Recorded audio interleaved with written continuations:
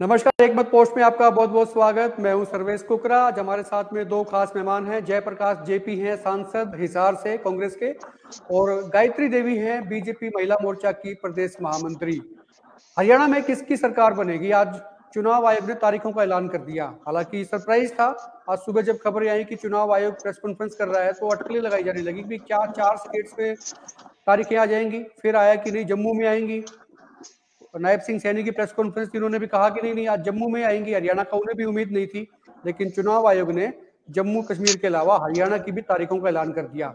और नक्सल में बात यह है कि 1 अक्टूबर को चुनाव हो जाएंगे, 4 अक्टूबर को पता लग जाएगा सरकार किसकी बन रही है। और जनता किसे चाहती है, जनता से पूछेंगे। जनता हमारे साथ जुड़ी भी है इस वक्त। और जयप्रकाश जी, पहला तो सवाल आपसे ही है कि हरियाणा में सरकार किसकी बनेगी, ये सब जानना चाहते हैं। कांग्रेस को क्या लगता है कि सरकार उनकी बनेगी और कितनी सीटों से बनती हुई दिखाई दे रही है आपको? सर्वविदित है कि हरियाणा प्रदेश में कांग्रेस पार्टी की सरकार बनेगी। चाहे भारतीय जनता पार्टी के नेताओं से भी पूछोगे तो वो भी सर्वेश भाई यही कहेंगे कि सरकार तो कांग्रेस पार्टी की बनेगी। और कांग्रेस पार्टी ये बाहर तो ये बोलते हैं कि हमारी तीसरी बार सरकार बन रही है। कौन है? बीजेपी कह रही है तीसरी बार सरकार बना रहे हैं। नायब सिंह ना ना ना ना, बार बार ही कहना शुरू कर दिया। आप ये देखिए, कांग्रेस पार्टी के दबाव में, आनन फानन में, क्योंकि दीपेंद्र सिंह हुड्डा की हरियाणा मांगे हिसाब यात्रा बड़ी जबरदस्त कामयाब चल रही है। 25 तारीख को चौधरी भूपेंद्र सिंह हुड्डा और चौधरी उदय भान जी की के रथ यात्रा चलनी थी। और माननीय राहुल गांधी जी जब जींद में आते लगभग 15 और 22 सितंबर के बीच में 5 लाख से ज्यादा हजूम होता, जो हरियाणा प्रदेश का एक रिकॉर्ड है। ये इतनी बड़ी सभा आज तक किसी की नहीं हुई। तो बीजेपी समझ गई थी, गायत्री और की पार्टी समझ गई कि भाई तुम्हारे पल्ले कुछ बचना नहीं, 1 आध सीट है वह भी साफ कर देंगे। तो अब एक बात देख लो ना कि क्या तारीख रखी है गायत्री? 4 को रिजल्ट आएगा ना, 4 को नतीजे आएंगे। 4 और कांग्रेस हरियाणा से बाहर, सॉरी बीजेपी हरियाणा से बाहर। जी, आप बाहर कराओगे कांग्रेस को? बिल्कुल, आपने सही कहा कि गायत्री जवान की बीजेपी हरियाणा से बाहर, इनका सफाया हो जाना है। क्योंकि आज नायब सैनी जी ने जो घोषणाएं करी हैं, आप ये देखिए, एमएसपी जो इशू है, एमएसपी का जो टॉपिक है, ये केंद्र सरकार का है, प्रदेश सरकार का नहीं। कोई भी बुद्धिमान व्यक्ति मुझे ये बता दो कि भाई एमएसपी प्रदेश सरकार देती है, केंद्र की सरकार देती है? अरे कि इतनी झूठ बोलते हैं बीजेपी वाले यार, कमाल कर दिया। जब मैंने इवन हमारे नेता राहुल गांधी जी ने पार्लियामेंट में एमएसपी का मामला उठाया था, तो माननीय नरेंद्र मोदी जी राहुल जी के सामने बैठे थे। उन्होंने तो नहीं कहा कि मैं एमएसपी पे 14 फसलें और खरीदूंगा। केंद्र सरकार प्रधानमंत्री जी से कहो, फिर मैं इनको मानूंगा कि इनके। एक कमेंट जयप्रकाश जी इसी पे ले लेते हैं, गायत्री जी से, प्रदेश महामंत्री बीजेपी की भी आपकी सरकार झूठ बोलती है, झूठों की सरकार बता रहे हैं जयप्रकाश जी। हाँ, पक्की। सबसे पहले तो आपके चैनल के सभी दर्शकों को मेरा नमस्कार। और मैं अपने सम्मानित सांसद महोदय को ये बताना चाहूंगी कि भारतीय जनता पार्टी ने पिछले 10 सालों में जो कार्य किए हैं, पिछले 60 सालों से हमारे सम्मानित सांसद की सरकार थी, और उन्होंने जो कार्य किए वो धरातल तक कभी नहीं आ पाए। लोग हमेशा सड़कों पे रहे। और जो झूठ की बात करते हैं, तो आप ये मानकर चलिए कि 4 तारीख को जो अभी हमारे सांसद महोदय के मुंह से जो बात निकली है कि 4 तारीख को कांग्रेस सत्ता से बाहर, तो निश्चित ही कांग्रेस सत्ता ही में नहीं है, सत्ता से बाहर करना, हरियाणा से बाहर करेंगे बीजेपी को। ये कहना चाहिए सत्ता में आ रही है, लेकिन आपके मुद्दे जो बात निकली है उस बात को आपके भली भांति समझते हैं कि जो हमारे हरियाणा प्रदेश की जनता है वो परिचित है, हमारी पीछे जो हमारी कांग्रेस की सरकार रही उनकी बातों से बहुत अच्छे से जागरूक है। और जागरूकता के साथ जहां हमारे सांसद महोदय ने ये कहा कि एमएसपी हमारी केंद्र हरियाणा सरकार नहीं कर सकती, प्रदेश की सरकार नहीं कर सकती, तो मैं बताना चाहूंगी आपके माध्यम से ही कि केंद्र में भी भारतीय जनता पार्टी की सरकार है, और हमारी सरकार द्वारा ही एमएसपी की जो गारंटी दी गई है वो हरियाणा सरकार के द्वारा दी गई है। जी। जयप्रकाश जी, ये तो प्रधानमंत्री से दुआओ, बिल्कुल प्रधानमंत्री से दुआओ गारंटी भी। गारंटी की क्या जरूरत है? कैबिनेट मीटिंग बुला करके ऑर्डिनेंस पास करा दो। प्रदेश और केंद्र की सरकार होती है तो दोनों की सहमति पर ही बात बनती है। आप भी आज आप भी आज सांसद हैं तो आप को जानते हो भली भांति। फिर कोई और आता हो कहता जी मेरी गारंटी, ये गारंटी को एक्सेप्ट करती है जनता? बिल्कुल। देखिए, मैं गायत्री सर्वेश जी, मैं आपको बताना चाहूंगी, मोदी की गारंटी है जब भी केंद्र में हमारी तीसरी बार सरकार बनी है और 15 साल से अब हम 15 साल तक हमारी सरकार है, तो आप मान के चलिए इतना लंबा समय जब हमें जनता देती है, आशीर्वाद देती है, तो मैं मानती हूँ कि जनता के आशीर्वाद से ही केंद्र में भी और जनता के आशीर्वाद से ही प्रदेश में सरकार बनती है। और सरकार बनती है तो निश्चित विकास जो हमारी सरकार ने किया है उस विकास पर मोहर लगाने का कार्य जनता ने किया है, पूरे भारत की जनता ने किया है और 4 अक्टूबर को हरियाणा प्रदेश की जनता भी करेगी। जयप्रकाश जी ये कह रहे हैं आशीर्वाद तो जनता ने खींच लिया ना। देखो गायत्री बेचारी क्या करे, ये तो वही बात कहेगी जो इनकी पार्टी नहीं तो फिर एक्शन ले लेगी। लेकिन गायत्री जी से मैं एक प्रश्न पूछता हूं, मोदी जी की गारंटी थी 15 लाख रुपए, आगे गायत्री तेरी अकाउंट में? 15 लाख पहले कट्टे जवाब दे दियो, कट्टे जवाब दे दियो, इकट्ठे दे दियो। 15 लाख की गारंटी थी, वो झूठी थोथी। 2 करोड़ बच्चों को रोजगार थोथा। किसान की आय दुगुनी करने की 2022 की बात की थी, थोथी निकली। और मैंने खुद पार्लियामेंट में कहा था मोदी जी आपकी गारंटी थोथी निकल रही है, तो आपके ऊपर विश्वास कौन करेगा? आपने धोखा किया है।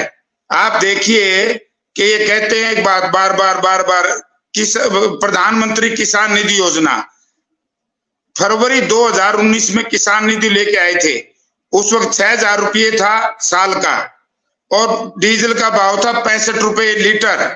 आज डीजल का भाव है 100 रुपए से ऊपर, आज भी 6,000 रुपए। ये तो इतने चतुर हैं, मैं दर्शक साथियों से कहना चाहता हूं बीजेपी के ये लोग लोमड़ी की तरह चालाक हैं। इन्होंने यूरिया में कितनी बड़ी बेईमानी करी किसान के साथ, रेट तो कम बढ़ाए लेकिन वजन 10 किलो घटा दिया। कितनी बड़ी बेईमानी है। नौजवान बेरोजगार नौजवान साथियों के साथ कौशल रोजगार निगम लागू की।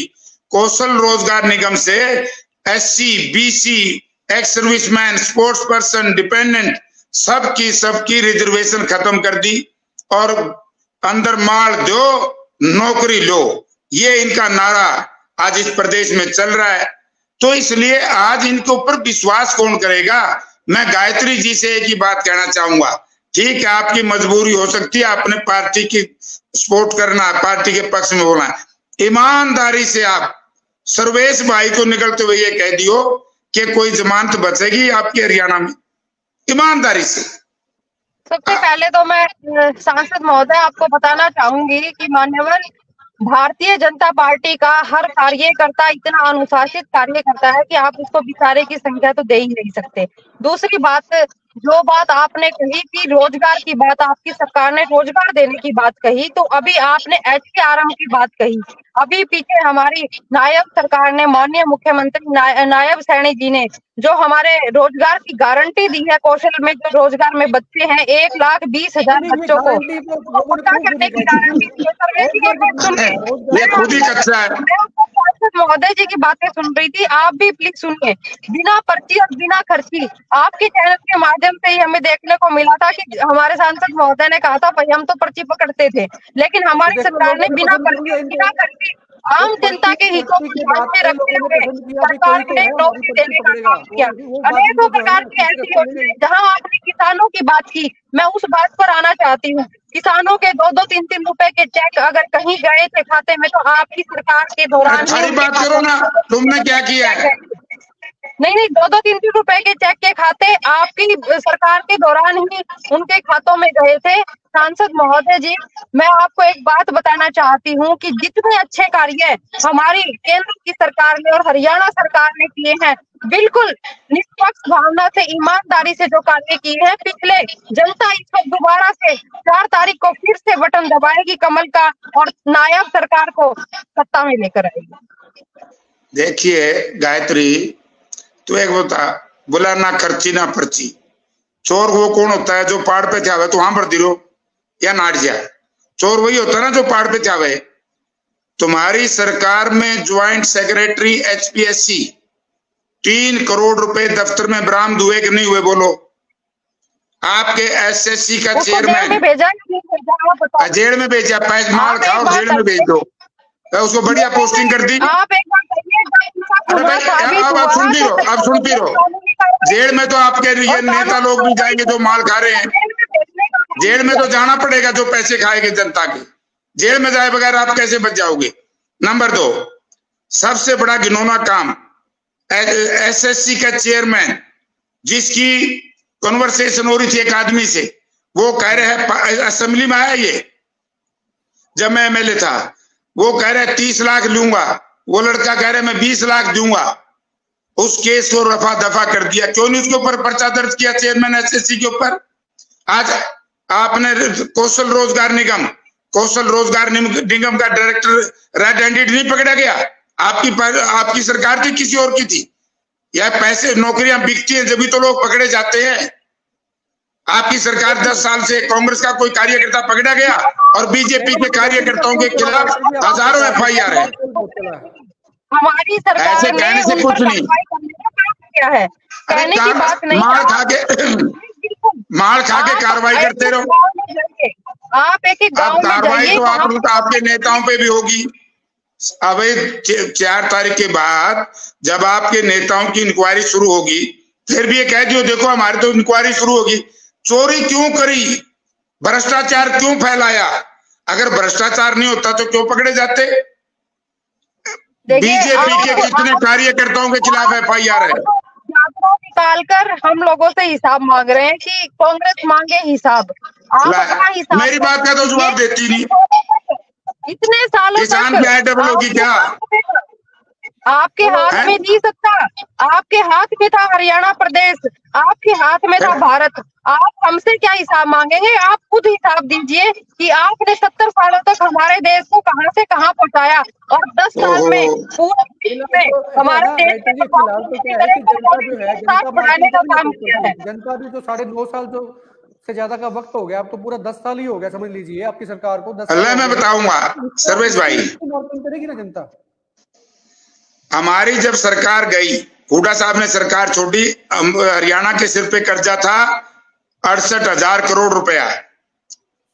500 थर्मल पावर प्लांट लगाए थे, IIT बनाई थी, IIM बनाए थे, यूनिवर्सिटी बनाई थी, इंजीनियरिंग कॉलेज, मेडिकल कॉलेज बनाए थे, एम्स। शर्म आनी चाहिए बीजेपी के लोगों। कितना बाढ़सा में 300 एकड़ में हमने एम्स का काम शुरू करा था, एक टावर बना के बंद कर दिया। आज कर्जा है 4,30,000 करोड़ हरियाणा पर। मैं एक बात बीजेपी के नेताओं से पूछना चाहता हूं, क्यों ये कम से कम ये बताए कोई थर्मल लगाया, कोई हाइडल प्रोजेक्ट लगाया, कोई नहर खुदवाई, कोई IIT बनाई, महिला कॉलेज बनाए, बेटी बचाओ बेटी पढ़ाओ। वहां स्टाफ ही नहीं है। छोरियों के स्कूल बंद कर दिए, लड़कियों के। अरे भाई, लड़कियों के तो स्कूल बंद कर दिए तुमने। उनको सिलेंडर देने का कार्य किया। इज्जत घर, जहाँ महिलाएं, आपकी सरकार ने जहाँ 70 सालों तक 60 सालों तक ये चीज नहीं सोची कि महिलाओं की सुरक्षा कैसे करे, वो सुरक्षा कार्य करने का काम किया, तो हमारी सरकार ने किया। अच्छा गायत्री जी, आपसे सवाल है, अगर आप चाहते तो कल इंडिपेंडेंस डे था, 15 अगस्त था, स्वतंत्रता दिवस था, सरकार चाहती तो पेंशन बढ़ा सकती थी। अगर आपको सरकार में आने की इच्छा शक्ति थी दोबारा से, तो एक घोषणा हो सकती थी लोगों के लिए, पेंशन बढ़ा सकते थे। बुजुर्गों की जो पेंशन है वो 5,000 रुपए कर देते। कांग्रेस तो कह रही है कि हम आएंगे 6,000 रुपए करेंगे। लेकिन आप तो वहीं तक रह गए।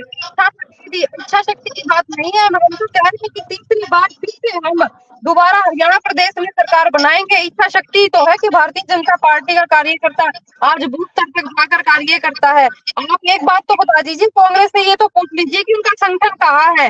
इतने सारे अध्यक्ष, ये बताइए बिना संगठन के 5 सीटें कांग्रेस ले गई, प्रदेश की टीम बनी, आप अपने संगठन के चुनाव में 5 सीटें ले जाती है, हरियाणा में से आपसे 5 सीटें खींच के ले जाती है। आपके तो संगठन नहीं है। बहुत अच्छे ढंग से जानते हैं कि शैलजा जी अलग यात्रा निकाल रही हैं, हमारे दीपेंद्र भाई अलग यात्रा निकाल रहे हैं। अलग अलग यात्राएं निकालकर आप अलग हो जाएंगे, ये आपका निश्चित है कि आप अलग हो जाएंगे। अलग अलग यात्रा निकालते हैं, आपको एक दे चुके हैं कि आप एक हो जाइए। एक होना बहुत जरूरी है। आप क्या संदेश समाज में दे रहे हैं? एक परिवार एक नहीं है आप लोगों का। हमारी भारतीय जनता पार्टी का हर एक कार्य भाषण के बाद नहीं बनती है, अभी धरातल पे जो है ना चीजें आनी चाहिए। अब ये आप कह रहे हैं अभी रुक गायत्री जरा, सुनो सर्वेश भाई जी, हमारी चिंता छोड़ दो। हमने तो तुम्हें यहाँ 65,000 से तो यहाँ आया है हिसार में, और यहाँ ना तुम्हारा पन्ना था ना प्रमुख था ना तुम्हारी कापी थी। 5 सीटें हमने जीती हैं। अब मेरी सुनने पहले बात, मैं बीच में नहीं बोला। 2 सीट बाय डिफॉल्ट हम हार गए। आप ये देखिए कि विज साहब तो आपके मंचों पे बड़ा शेयर करते हैं ना, आते हैं ना।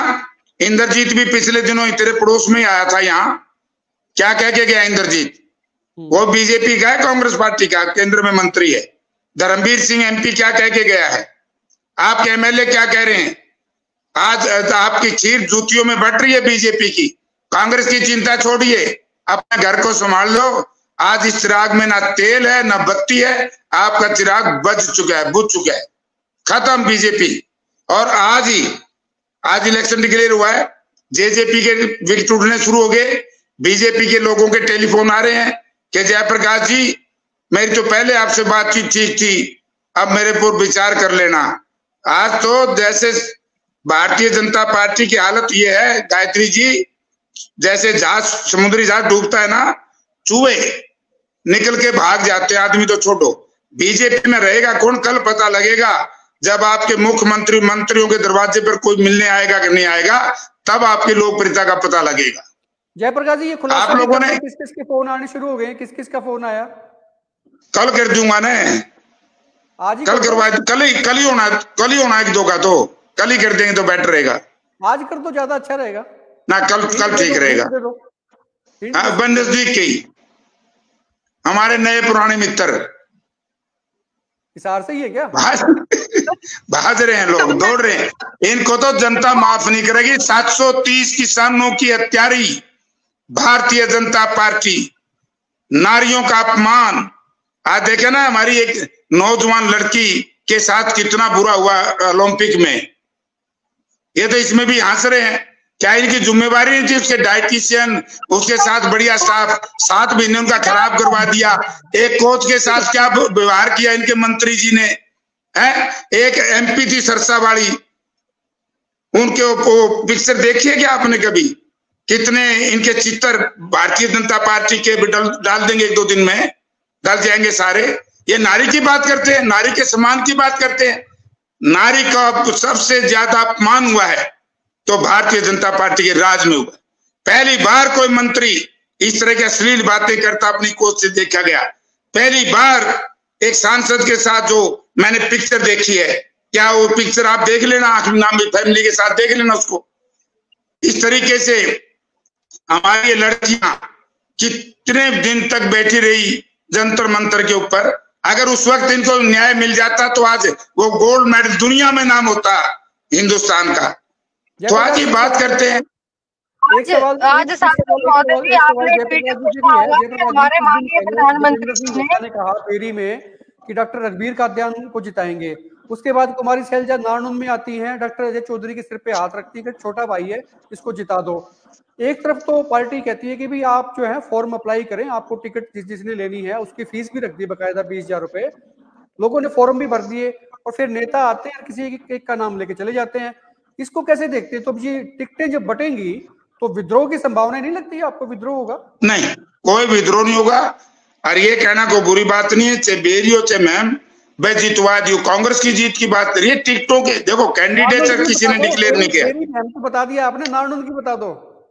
नारनौंद में भी कैंडिडेचर कोई डिक्लेयर नहीं हुआ। ये कहना को गलत नहीं है कि भाई टिकट आए तो जितवा दिए। ये तो सारे कहो भाई इन्हें टिकट मिल जाए, इन्हें जितवा दियो। टिकट का फैसला तो सब नहीं, हमारे यहाँ इस मामले में हम लड़ेंगे नहीं। कांग्रेस पार्टी अपनी बात जो कही है वो ये है, सबका फैसला कि भाई हम जो सर्वे होगा, सर्वे के आधार पर टिकट देंगे। उसमें शैलजा जी भी साथ हैं, भूपेंद्र सिंह हुड्डा भी साथ हैं, उदयभान जी भी साथ हैं, हम सब साथ हैं, वही होगा। ये जो बातें चलती रहती हैं ये पुराने टाइप, हम सब कांग्रेसी एक हैं, बीजेपी की तरह एक नहीं है। कांग्रेस चट्टान की तरह मजबूत है। सांसद जी, आप कह रहे हो कि सब कांग्रेसी एक हैं, आप तो अपना प्रोटोकॉल देख लीजिए। हुड्डा वाले शैलजा का फोटो नहीं लगाते, शैलजा वाले हुड्डा जी का फोटो नहीं लगाते, और उदयभान जी के भी कई बार फोटो नहीं लगते। कमाल की बात हो रही है, आप कह रहे हो नहीं, सब फोटो है, इसी भरोसे है, सब फोटो, सबकी फोटो है, देख लो। अरे काम की बात हो, 10 साल में भ्रष्टाचार के बिना क्या किया? सर्वेश भाई से न्यू पूछ लो ईमानदारी से। हिसार में कोई यूनिवर्सिटी बनाई, कोई थर्मल पावर प्लांट लगाया, कोई मेडिकल कॉलेज बनाया, कोई रेलवे लाइन जुड़ाई, कोई एक्सप्रेस। हिसार में क्या किया? बाहर की छोड़ो इनसे बात बताओ। हांसी का बुरा हाल कर दिया इन्होंने, हांसी का सत्यानाश कर दिया। लोगों को पीने का पानी नहीं है। जो वाटर वर्क्स भूपेंद्र सिंह हुड्डा बना के गए थे उससे आगे बढ़ाया क्या? भारतीय जनता पार्टी आगे बढ़ रही है और सबके बढ़ रही है। हाँ, मोदी जी भी 400 पार की बात करते थे। आगे के 400, आगे के 400। ये सारा दिन झूठ बोलना इस पार्टी का काम है। ये झूठ बोलनी बंद कर दो भाई। अब लोगों के बीच में जाना पड़ेगा, सच्चाई बोलो। गायत्री ये हांसी में पीने का पानी है क्या? ये इसी बात मैं हांसी की जनता से कहना चाहता हूँ भाई, गायत्री हांसी की है, ये बताए हांसी के लोगों को पीने का पानी मिल रहा है कि नहीं? अगर वो हाँ कहेंगे तो मैं माफी मांग लूंगा। बता दो, देखिए माफी मांग लूंगा। क्यों झूठ बोल रही हो लोगों के साथ? बेड़ा गर्क कर दिया आपने हिसार जिले का। विधायक जी भी हैं जो हमारे भारतीय जनता पार्टी से ही, हमारे भारतीय जनता पार्टी की तो छोड़ो बात। आप ये बताओ पानी है कि नहीं हांसी में? 9 साल में हमारे मुख्यमंत्री नायक जी हमारे जो अच्छे काम कर रहे हैं उस काम पर आप देखिए महोदय की, जो आप झूठ की बात कर रहे हो, झूठ और सच को गलत कौन साबित करेगा? ये जनता करेगी। आपका बटन नहीं है रुकने का क्या? वो हांसी की पूछ रहे हैं, आप नायब से नहीं क्यों जा रहे हो? हांसी में पानी पीने का है कि नहीं? नहीं, मैं बिल्कुल है, क्यों नहीं है बताइए। आप मुझे बताइए कि कहाँ व्यवस्था नहीं है पानी की, ठीक, और जहाँ नहीं है वो मुझे बताइए, मैं करवाऊंगी। हाँ, कहीं भी नहीं हांसी में पीने का पानी नहीं है। सीवरेज आपके बंद पड़े हैं। अपराध चरम सीमा पर है। संपर्क करें, मैं करवाऊंगी। अरे भाई बिल्कुल। अब आप लोगों के विधायक लैंड ग्रैबिंग कर रहे हैं। ये कभी देश में सुना है क्या? एक विधायक बेशकीमती जमीन पर कब्जा करने खुद ही चला जाए। ये बीजेपी का संस्कार है, ये बीजेपी का आचरण है, ये तुम्हारी नीति है। कितना लगता है कि अब जो सीटें हैं 90 सीटें, आज ये सवाल उठ रहे थे कि भी 90 सीटों में से कांग्रेस कितनी सीटों पे दावा करती है? मैं तो ये कहता हूं, मैं इनकी ड्रामे तो करता नहीं। 400 पार आड़े के तो 235 आए और 80 पार आड़े के मनोहर लाल जी की 40 आई। मैं ये कहता हूं इनको 1-2 आधी सीट मिलेगी लोग अब की बार, क्योंकि आज गायत्री के हाथ भी देखोगे 430 किसानों के खून से लदे हुए हैं। आज गायत्री के हाथ देखोगे, हमारी आंगनबाड़ी वर्कर, आशा वर्करों के ऊपर जो लाठियां पड़ी थी वो दाग आपके हाथों पर है। आज भारतीय जनता पार्टी के किसी कार्यकर्ता के हाथ देखोगे तो हमारे वो नौजवान साथी जो डोंकी के माध्यम से रोजगार लेने बाहर जाते हैं, इनको माफ कौन करेगा? इनके कहने से बनता है ये मोदी जी मोदी जी मोदी जी मोदी जी है। अरे भाई नो बताओ हिसार में क्या करे? बाहर की बात छोड़ो, अपराध की अपराध कहाँ पर है? अपराध कहाँ पर है? आप ये जो विधानसभा का चुनाव होगा, गायत्री जी आपसे सवाल है कि इसमें आप मोदी के नाम का इस्तेमाल करेंगे, नायब सैनी के नाम का इस्तेमाल करेंगे, या फिर संत जी का, खट्टर जी का नाम का इस्तेमाल करेंगे कि भाई इनके काम पे, इनके नाम पे वोट दो? मतलब क्या क्या चीजें होंगी, किस किस को दिखा के, किनका चेहरा दिखा के आप वोट मांगेंगे? भारतीय जनता पार्टी ने जो काम किए हैं और चेहरे हमारे पास जो है सबका, हम सबका संवेदी इस्तेमाल करेंगे। और इस्तेमाल नहीं, विकास के लिए जो है, लोगों ने विकास किया है हमारी भारतीय जनता पार्टी ने 90 के 90 हल्के में। जहां हमारे विधायक थे, जहां या हमारे विधायक नहीं थे, वहां पर हमने बराबर ग्रांट पहुंचाने का पूरा प्रयास किया है और वो ग्रांट लगी भी है। किया होता, अगर आपने काम किया होता आपकी पार्टी ने, जयप्रकाश जी अभी एमपी चुन के गए हैं, सांसद बने हैं हिसार से, तो वो बन पाता है क्या? अगर आपने काम किए होते तो इतनी विधानसभाओं में से 9 में से कितनी जगह से ये जीत के निकलते हैं? अगर वो काम किए होते तो क्या वो जीत पाते? मुद्दा होता है, लेकिन हमारे प्रत्याशी रणजीत चौटाला जी ने भी बहुत अच्छे वोट लिए हैं, कम वोट नहीं लिए हैं। जनता ने उन्हें भी अपना आशीर्वाद दिया है। जीत और एक हार मतलब वोट ले लिए नहीं, वोट लिए, बिल्कुल इतने वोट लिए हैं, जनता ने आशीर्वाद दिया है। गायत्री जी से एक बात पूछ दो, अपराध कहाँ है, बेरोजगारी कहाँ खड़ी है, भ्रष्टाचार चरम सीमा पर है? क्या विधायक का ये काम है क्या जमीनों पे कब्जे करना? बताओ, हांसी में ये नहीं हुआ क्या? उसका जवाब दो। मैं भी सांसद महोदय आपको बताना चाहती हूँ, मेरी सरकार के माध्यम से ही आपको बताना चाहती हूँ, जिसने जो गलत किया है, चाहे विधायक ने किया हो, चाहे सांसद ने किया हो, चाहे गायत्री ने किया हो, सब पर कार्रवाई होगी। जो गलत करेगा वो भुगतेगा। भारतीय जनता पार्टी की सरकार में उसको गिरफ्तार कराओ पहले विधायक को। जयप्रकाश जी, आज जब इलेक्शन कमीशन ने प्रेस कॉन्फ्रेंस की, तो उससे पहले जैसे मैंने बताया कि मुख्यमंत्री की भी प्रेस कॉन्फ्रेंस थी, उनको इस बात का इल्म नहीं था। तो क्या ये पॉसिबल है कि उनको पता नहीं हो कि आज जो चुनाव की तारीखों का ऐलान हो रहा है उसमें हरियाणा का भी ऐलान होगा? उनके पास में वक्त था, वो कुछ चीजें कह सकते थे, घोषणा कर सकते थे हरियाणा के लिए। दो चीजें हैं, जयप्रकाश जी शायद अभी सिग्नल टूट गया तो वो जुड़ेंगे, मैं जोड़ने की कोशिश कर रहा हूँ उनको। ये मजबूरी में बना हुआ मुख्यमंत्री है, ये मजबूरी का मुख्यमंत्री है। वो अपने अब इनसे सर्वेश भाई कितनी देर बात करते रहो, इन पे कोई फायदा नहीं है, इनको कहने के लिए पल्ले कुछ नहीं है। इनके विधायक करप्शन में फंसे हुए हैं, कानून व्यवस्था की स्थिति चौपट हो चुकी है, विकास है नहीं, अभी अपनी जान छुपाते फिर रहे हैं।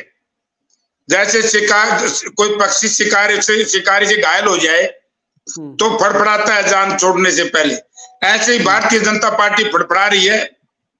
इससे फालतू कोई बात नहीं। थैंक यू, शुक्रिया बात करने के लिए। सांसद हैं लोकसभा के हिसार से। आप लोग कमेंट करके बताएं कि आप क्या सोचते हैं हरियाणा में सरकार किसकी बन रही है। आप देखते हैं एक मत पोस्ट। नमस्कार।